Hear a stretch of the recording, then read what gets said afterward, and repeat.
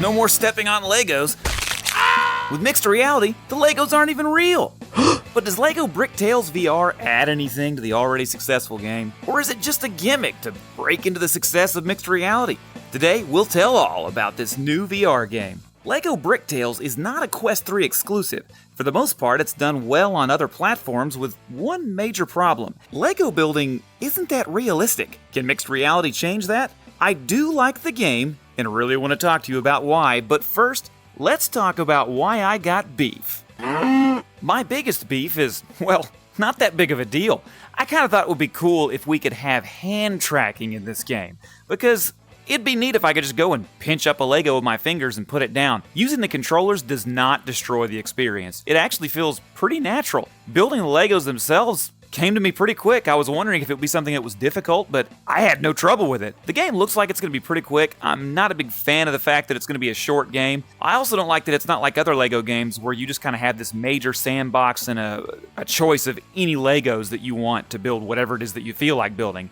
That's not what this game is. If you haven't played Bricktales in any other system, it's actually a pretty good story. It starts off with your grandfather, who kind of reminds me of Doc Brown from Back to the Future, and I don't think that's by accident. But Doc Brown, your grandfather is telling you that you need to help him to, I can't even say it with a straight face. You need to help him to find happiness crystals to bring happiness back to the world. Strange thing to do. Nevertheless, one of the most popular video games of all time is Mario Brothers, where you are a strange little man who eats mushrooms and gets giant and puts flowers in his mouth and can shoot fireballs. Video games are ludicrous. That's just how it works. But the story's pretty fun because you have these little adventures you go on. In the little adventures, you meet people and you help them and you build Legos. Lego building was very intuitive.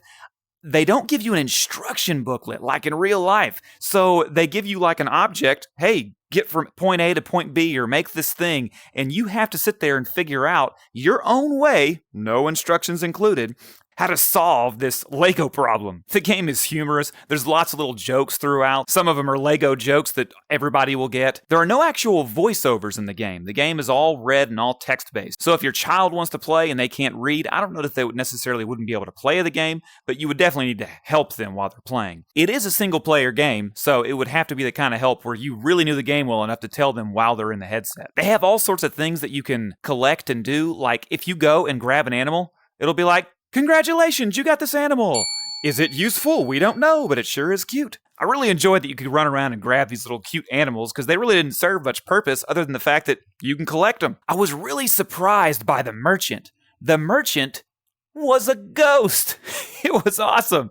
So you go in, you get bananas. For whatever reason, bananas are your currency, and you use those to buy things. I am a big World War I fan. Those of you that watched my channel before probably know I love to play Warplanes World War I fighters. One of the first missions in the game, there is a biplane that goes and crashes. I absolutely love that. And you can get an aviator suit at the merchant shop to buy. Well, I bought that first and I thought it was awesome. But there's other things you can buy too for your sandbox mode. And again, sandbox mode isn't quite the same as sandbox mode in some other Lego games. It's not just a total free-for-all. I thought the graphics were very pleasing. I thought the game looked very good. I also thought it was really neat to sit there in my office and play Legos on the table with no mess, no cleanup, no pain from stepping on one, and all that while being able to actually play with the Legos in such a way that I was getting more out of them than just the building experience. The mixed reality really does make Lego building feel a lot better than any Lego game I've ever played.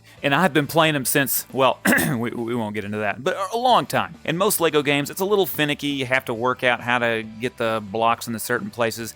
It's not that bad at all. This game did a very good job. Again, I would like it if there was hand tracking, but there's not. You just use your controllers. And honestly, I don't think it would add that much more because either way, you're not going to feel an actual Lego piece in your hand, even if there was hand tracking. With as short as this game is and as small as it took no time to download. I'm really hoping that this is a first step Lego game in mixed reality. I could see them doing so much more with this. A bigger game, a more developed story, or just some sort of sandbox thing where you can build and do whatever you want. I could even see them doing something like VR Chat or Horizon Worlds does, where you could make your own game if you wanted to. And that would be really cool, but nobody's said anything like that is going to happen. But, Lego. But it would be great if they did. But for what it is on the surface, I think Lego Bricktails is fantastic. I have no complaints about it at all. There's things that I've got beef with, like I said, but they're not really problems, they're just preferences. Yeah, I'd like to have hand tracking, yeah, I'd like a longer game, but those aren't really issues. This doesn't really make the game bad. It's just when it's over, it's over. And it has replayability. I just would prefer a longer, more in-depth game. So, is the game fun? Come on, it's Legos. Legos are fun in any game. Look at this. I made this right here. It's not even real Legos, and I'm having fun. So yes, the game is fun. Lego Bricktails is only $30 in the Meta Store. Honestly, I think that's a little high, but I'm used to paying cheap prices for indie games. But it is a great game nonetheless. If you want it to be a little bit lower, I've got a 25% discount in the Meta Store if you click the referral link I have in the description of this video. And if you want to watch any more videos with me, go ahead and like and subscribe, and make sure that you catch this video right here.